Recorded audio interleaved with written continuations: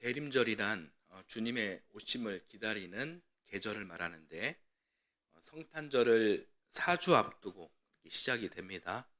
오늘은 대림절 둘째 주일입니다. 우리가 예수 그리스도의 오심을 기다린다고 할 때 몇 가지 의미가 있습니다.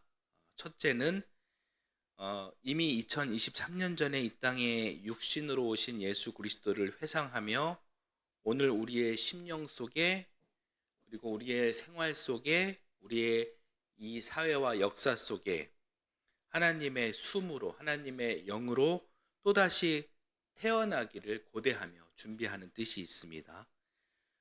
둘째로는 아직도 예수님을 주님으로 영접하지 않는 이 땅의 수많은 사람들 속에 임재해 주시기를 고대한다라는 그런 의미를 가지고 있습니다. 셋째는 이 세상 마지막 때에 영광의 주님으로 다시 오실 주님을 기다리는 계절로 지키는 뜻이 있습니다. 이러한 대림절기가 지난 주일부터 성탄절 전주일 24일 주일까지 진행되는 것입니다. 이 대림절을 여러분 기억하시고 함께 예수 그리스도의 오심을 경건한 마음으로 고대하기를 바랍니다.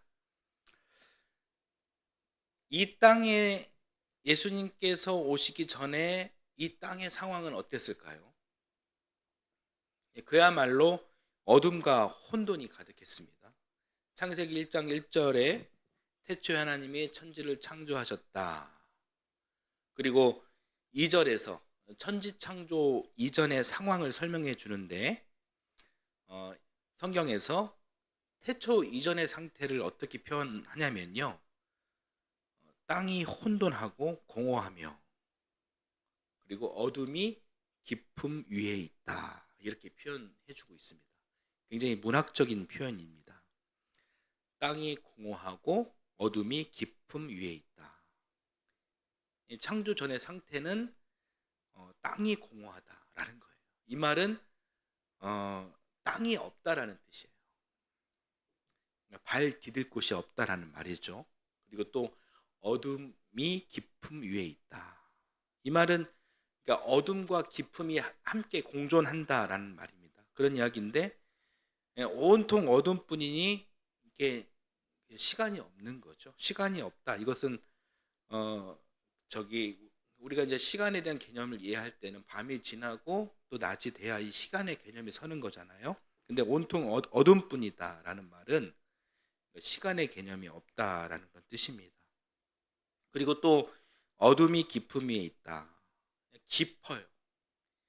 계속 내려가는 깊음이다 보니까 어떻습니까? 설 곳이 없는 거죠. 공간이 없습니다. 계속 추락하는 것입니다. 창조 이전의 상태는 어떠냐? 시간이 없고 공간이 없다. 한마디로 그런 곳에서 생명이 태동할 수가 없는 것이죠. 생명이 없다. 혼돈이다. 창조 이전의 상태는 혼돈이다. 카오스다. 이런 상태를 말해주는 것입니다. 하나님께서 태초의 생명을 창조하시기 이전의 상황이 혼돈이었습니다. 그렇듯이 예수님께서 탄생하시던 그때의 역사 무대 역시 혼돈이었습니다. 새벽을 기다리는 캄캄한 어둠과도 같았습니다. 마치 연극에서 주인공이 등장하기 전에 모든 전등이 꺼지고 그런 캄캄한 가운데 관객들이 초조하게 그리고 불안한 마음을 가진 가운데 이 무대가 열리기를 기다리는 그런 순간, 그런 장면과도 같은 것입니다. 창세기부터 시작된 이 구약 성경이 하박국, 스가랴, 말라기에서 끝나는데 그 끝 장면이 어떻게 장식되냐면 기쁨과 희망, 환희 이런 것이 아니었습니다. 환희의 찬가로, 희망의 찬가로 끝나는 것이 아니고 비애와 절망과 탄식으로 끝이 납니다. 암울한 역사 속에서 어서 메시아가 이 땅에 나타나서 이 민족을 구원해 주기를 기다리는 그런 간절한 염원으로 구약 성경이 끝이 납니다. 이스라엘 역사 이야기를 좀 더 자세하게 설명해 보겠습니다.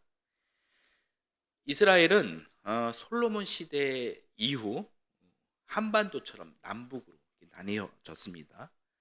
그 나라의 이름을 각각 북쪽에 있는 이스라엘을 북이스라엘, 남쪽에 있는 이스라엘을 남유다 이렇게 불렸습니다. 우리나라 한반도 조선민주주의인민공화국과 대한민국과 같은 그런 꼴입니다.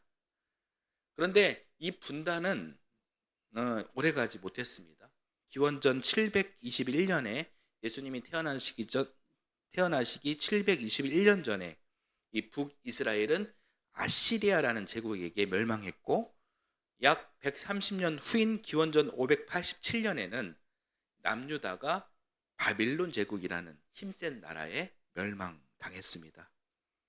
그렇게 이스라엘은 철저하게 파괴를 당하고 식민지 국가로 전락됩니다. 이스라엘 백성은 국가를 잃고 포로로 잡혀갑니다.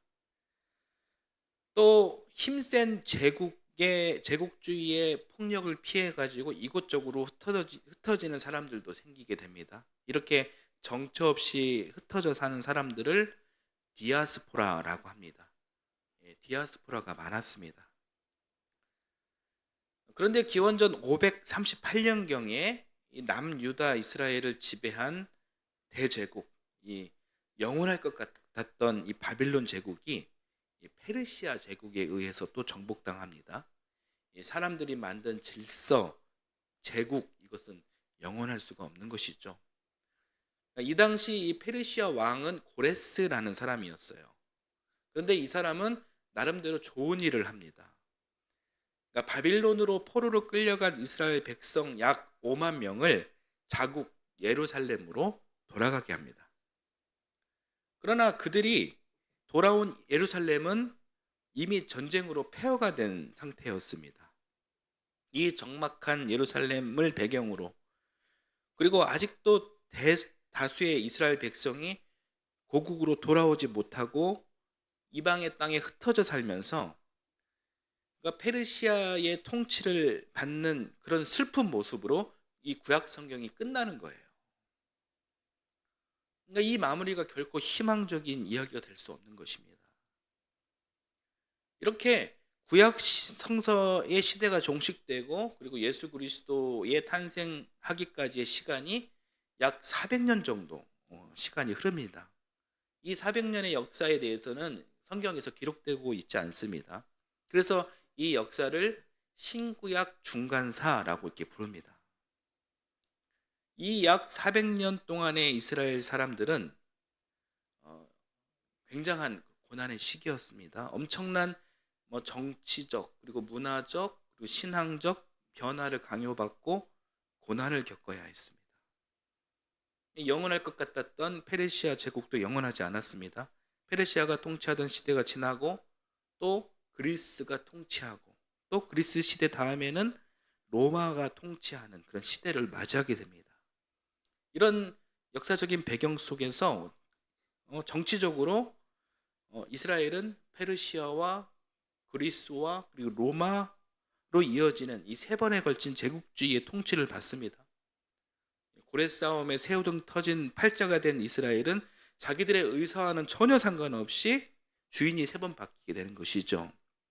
따라서 그들의 언어도 본래는 히브리어를 사용했잖아요. 그런데 페르시아 때는 아람어, 그리고 그리스 시대 때는 헬라어, 그리고 로마 시대 때는 라틴어로 바뀌게 되는 거죠. 또 문화적으로는 굉장히 큰 변화를 겪게 되는데,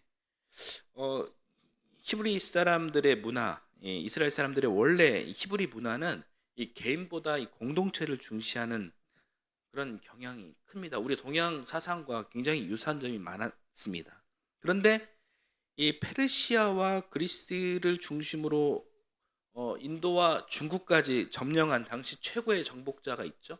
알렉산더 대왕입니다. 이 알렉산더가 이 헬라어를 전 세계에 다 보급하고 동시에 이 헬라 문화를 이렇게 보급하기 시작했는데, 이 헬라 문화가 오늘날 서구 문화의 모태가 되는 거거든요. 따라서 이스라엘의 문화는 굉장히 감성적이고 공동체적인 히브리 문화였는데, 이 히브리 문화에서 이성적이고 개인적인 헬라 문화로 이 바뀌게 되는 격변을 이스라엘이 경험하게 되었던 것이죠. 굉장히 혼란스러웠겠죠? 그랬습니다. 이런 정치적 그리고 문화적 변형이 구약과 신약으로 연결하는 이 400년 그 사이에 안에 있었던 것인데, 이 신구약 중간사 시대에 또 종교적으로는 어떤 일이 있었냐? 유대교가 태동했습니다. 생겨났습니다. 이 유대교 안에 바리새파, 사두개파, 에네세파, 쿰람파 등의 이런 여러 종파들이 생겼습니다. 그리고 회당 제도가 정착되면서 이 종교 권력의 제도인 이 서기관 그룹이 생겼고, 또 이 헬라 통치의 반기를 들고 히브리 민족의 자주권, 이 독립운동을 하는 이 마카비 운동이 또 생기게 되었습니다. 이 마카비 운동의 뿌리에서 후에 그 로마가 통치할 때 로마 정권과 투쟁하는 지하 독립운동 단체인 젤롯당이 생겨나기도 했죠. 예수님의 제자 시몬 베드로가 이 젤롯당의 당원이었습니다. 여하튼 이렇게 예수 그리스도께서 오시기 전에 역사적 정확은 방금 말씀드린 대로 정치적인 혼란, 문화적인 혼돈, 신앙적 갈등의 시대였다는 거예요. 그래서 이스라엘 백성은 처절한 그런 경험들을 통해서 더욱 이 간절히 메시아가 오기를 대망했던 것입니다. 오랜 가뭄의 와중에서 정말 단비를 기다리듯이 모든 역사적 정황이 예수 그리스도의 오심을 간절히 고대하고 있었습니다. 또 다른 측면에서 예수님의 오심을 준비한 상황이 있었습니다. 첫째로는 온 세계가 하나가 된 것입니다. 알렉산더가 세계를 제패할 때 인도와 중국까지 이렇게 세력을 확장했다고 했죠. 한마디로 발 닿는 곳은 모조리 점령한 겁니다. 그래서 사도들이 선교 여행할 때는 그때는 이미 국경이라는 것이 없었습니다. 어느 나라든 자유롭게 다닐 수가 있었습니다. 예를 들어 바울 사도가 로마 시민권이 있었잖아요. 그거 하나만 가지고 있으면 어디를 가든지 신분 보장을 받았죠. 이렇게 로마를 중심으로 전 세계가 하나가 되었던 건 역시 그리스도의 오심을 위해 준비된 상황 중에 하나다, 이렇게 볼 수 있는 것입니다. 둘째로는 언어의 통일입니다. 이 역시 알렉산더의 영향이 큽니다. 기원전 300년경부터 알렉산더의 시대가 열리는데, 알렉산더가 지배하는 곳마다 헬라어가 이렇게 보급되는 거죠. 오늘날의 그 영어처럼 이 헬라어가 그때는 세계 공용어가 됩니다. 그러니까 언어가 하나로 통일이 된 거예요. 바울 사도가 복음을 전하기 위해 세계를 뛰어다닐 때 어디든지 이 헬라어 하나만 가지고 있으면 다 통했다는 겁니다. 통역이 필요 없었다는 것입니다. 외국에 가서 복음을 전하는데 언어 장애가 없어졌다는 것, 이보다 더 좋은 조건이 있겠습니까? 셋째로는 도로의 발달입니다. 로마 통치 시대에 도로를 잘 만들었습니다. 원래는 군사용 도로였죠. 어느 지역에서 반란이 일어나면 군대를 출동시켜 가지고 진압하기 위해서 로마를 중심으로 모든 지역과 통하도록 만든 2차선 도로였습니다. 모든 길은 로마로라는 말이 그때부터 생겼죠. 그 당시에 만들었던 도로가 아직까지도 남아 있습니다. 후에 사도들이 선교 여행을 할 때 이 도로들을 아주 유익하게 활용하기도 했습니다. 복음을 위해 준비한 상황이 한 가지가 더 있습니다. 바로 아까 저는 말씀드렸던 디아스포라, 이스라엘 백성입니다. 하나님께서 이스라엘을 바벨론의 손에 붙여 산산조각을 낸 것은 그들의 그 병든 선민의식 때문이었거든요. 여러분, 선민의식이 무엇이냐면은 선택된 민족의 줄임말, 그게 선민입니다. 이스라엘 자신들만이 하나님으로부터 선택받았다라는 그런 우월적인 의식이 바로 선민의식입니다. 이 우월적인 의식, 선민의식, 여기서부터 이 상대에 대한 차별과 혐오와 정죄가 시작되는 것이죠. 이것 때문에 하나님께서 바빌론 손에 바빌론 손에 그리고 아시리아 손에 이스라엘을 치신 것이죠. 흩어지게 한 것입니다. 디아스포라를 만든 것입니다. 그러나 우리가 믿는 하나님은 여러분 차별, 혐오, 정죄와 거리가 먼 분입니다. 오늘날 한국교회도 차별과 혐오와 정죄 이것을 정당화하는 그 교회들이 있어가지고 참으로 안타깝고 씁쓸한데, 그러니까 성경적으로 보았을 때 그러니까 우리 하나님은 결코 그런 분이 아니십니다. 창세기 17장 4절 8절 2절 말씀 함께 봐볼까요? 같이 한번 읽어보겠습니다. 나는 너와 언약을 세우고 약속한다. 너는 여러 민족의 조상이 될 것이다. 내가 지금 나그네로 사는 이 가나안 땅을 너와 내 뒤에 오는 자손에게 영원한 소유로 모두 주고 나는 그들의 하나님이 될 것이다. 자, 이 말씀이 믿음의 조상 아브라함과 맺으신 하나님의 언약 그리고 하나님의 정체성, 하나님의 뜻입니다. 그러니까 우리가 믿는 창조 하나님의 뜻은 자, 말씀에서 이렇게 봤듯이 아브라함을 언약의 출발점으로 세우시고 이 언약의 방향을 자, 4절 말씀을 한번 봐보십시오. 너는 여러 민족의 조상이 될 것이다. 방향이 여러 민족의 조상이 될 것이다. 이것입니다. 자, 이 말은 무엇입니까? 한 민족이 아니라 나만이 아니라 여러 민족을 향하게 하셨다라는 거예요. 그리고 이 언약의 최종 목적지가 있는데 그 끝 지점은 8절 후반부를 봐보실까요? 8절 후반부 말씀에서 너와 내 뒤에 오는 자손 이렇게 말하고 있어요. 여기서 너는 누구죠? 아브라함입니다. 그러니까 아브라함 뒤에 오는 자손을 말하는 건데 출발점은 아브라함이고 아브라함 뒤에 오는 자손을 말하는 건 자손을 이야기를 하고 있죠. 근데 여기서 자손이 여러분 복수인가요? 단수인가요? 자손들이 아니라 자손입니다. 단수예요. 그러니까 아브라함 뒤에 오는 자손이라는 이 단수의 이 자손, 이 사람은 바로 예수 그리스도를 가리키는 거거든요.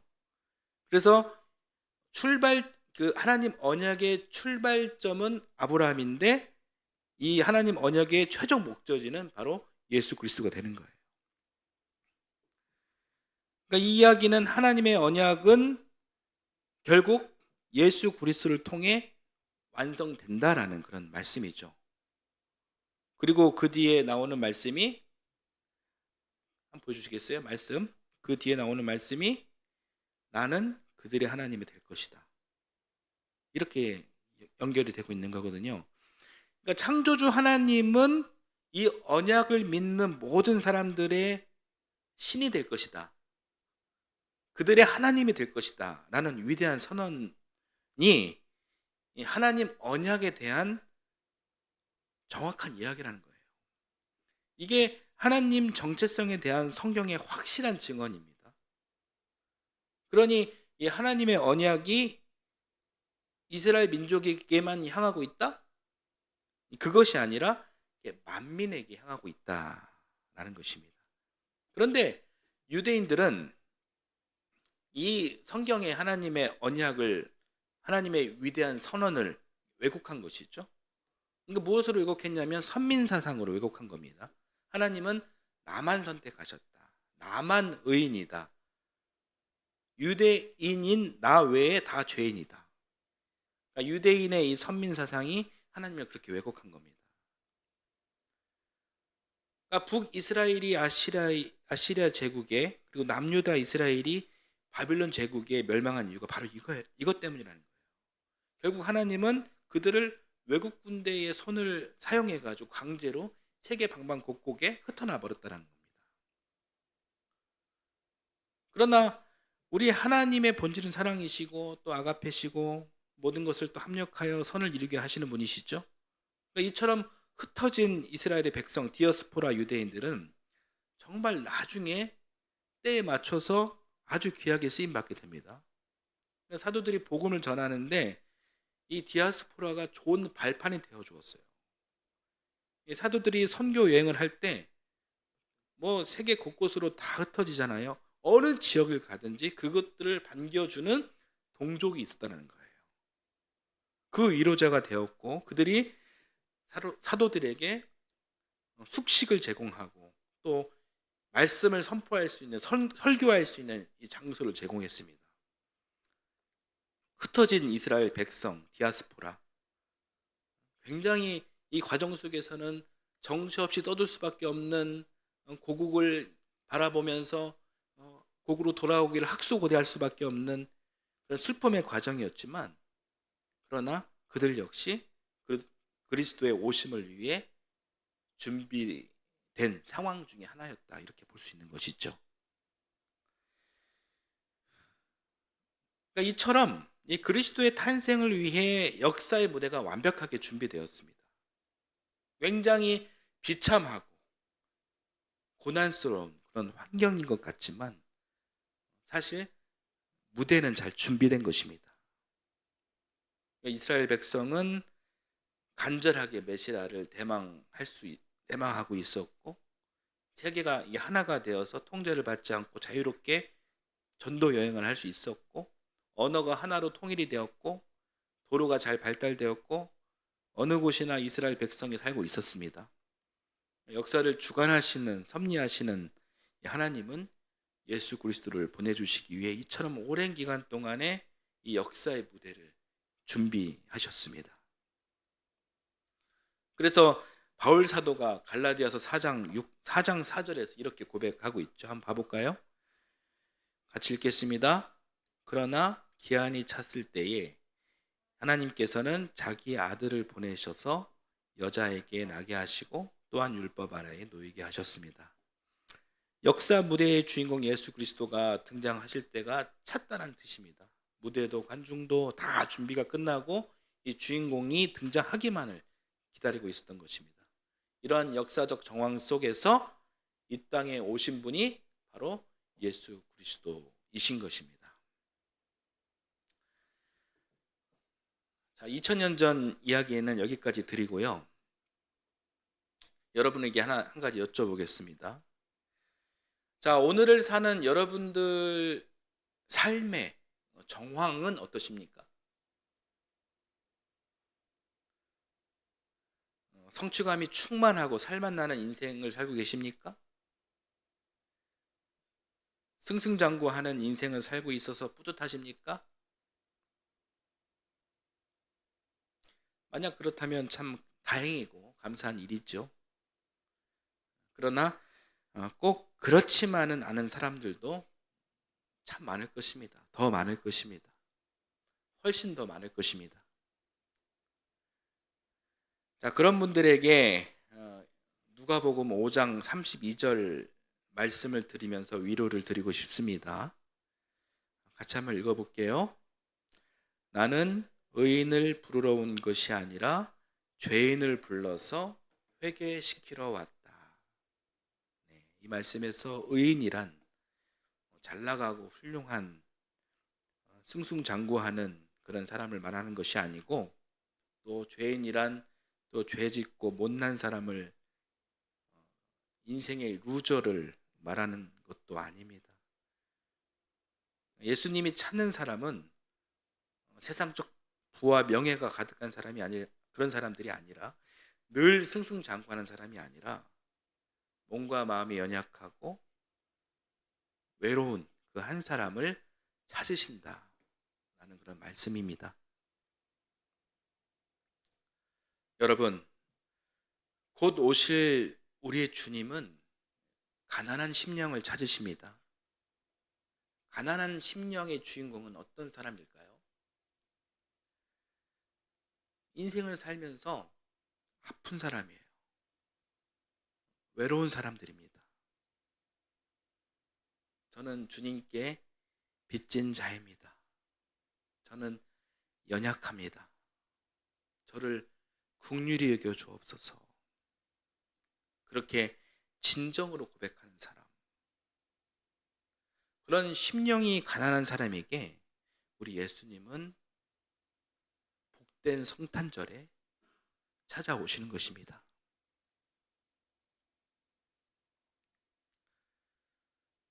오늘날 이 인류에 많은 문제가 있죠. 세계 곳곳에서 벌어지고 있는 전쟁과 내전, 경제 불황에 따른 심각한 먹고 사는 문제, 후쿠시마 방사능 오염수로 인한 바다의 문제, 생태계 교란의 문제, 기후 위기의 문제, 기본과 상식은 온데간데 사라지고 가진 자들, 특권자들의 탐심을 위해 펼쳐지는 정치권 문제 뿐만 아니라 종교, 학교 등 인간들로 구성된 모든 사회적 관계와 제도 안에서 많은 불평등과 불공정의 문제가 나타납니다. 이런 문제들이 해결되지 않아서 불신이 폭력을 낳고, 그래서 사람들이 기본적으로 화가 나 있어요. 화가 나서 자살도 하고 또 살인도 합니다. 그러니까 수많은 이 혼돈의 일들이 우리 일상에서 벌어지고 있는 것입니다. 이런 거시적인 사회적 문제 못지않게 이 가정과 우리의 가정과 개인의 문제도 알게 모르게 심각합니다. 제 주변에도 말로 다 표현할 수 없는 상처투성이로 사는 사람 참 많이 있습니다. 사랑하는 여러분, 여러 긴장과 갈등이 우리 앞에 있습니다. 이것이 오늘 우리가 사는 이 사회의 또 개개인의 솔직한 무대입니다. 참 안타깝고 참담합니다. 아픕니다. 그러나 이것을 다시 역설적으로 이야기하자면 이 혼란스럽고 이 무질서한 이 카오스, 이 무대가 어쩌면 성탄절을 앞두고 예수 그리스도께서 오시기에 참으로 적절한 그런 상황일 수 있는 것입니다.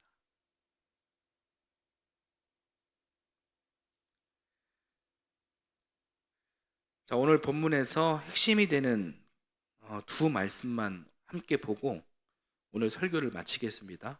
요한복음 1장 5절, 미가서 7장 18절 두 절 말씀을 이어서 함께 읽어보겠습니다. 그 빛이 어둠 속에서 비치니 어둠이 그 빛을 이기지 못하였다. 주님 같으신 하나님이 또 어디에 있겠습니까? 주님께서는 죄악을 사유하시며 살아남은 주님의 백성의 죄를 용서하십니다. 진노하시되 그 노여움을 언제까지나 품고 계시지는 않고 기꺼이 한결같은 사랑을 베푸십니다.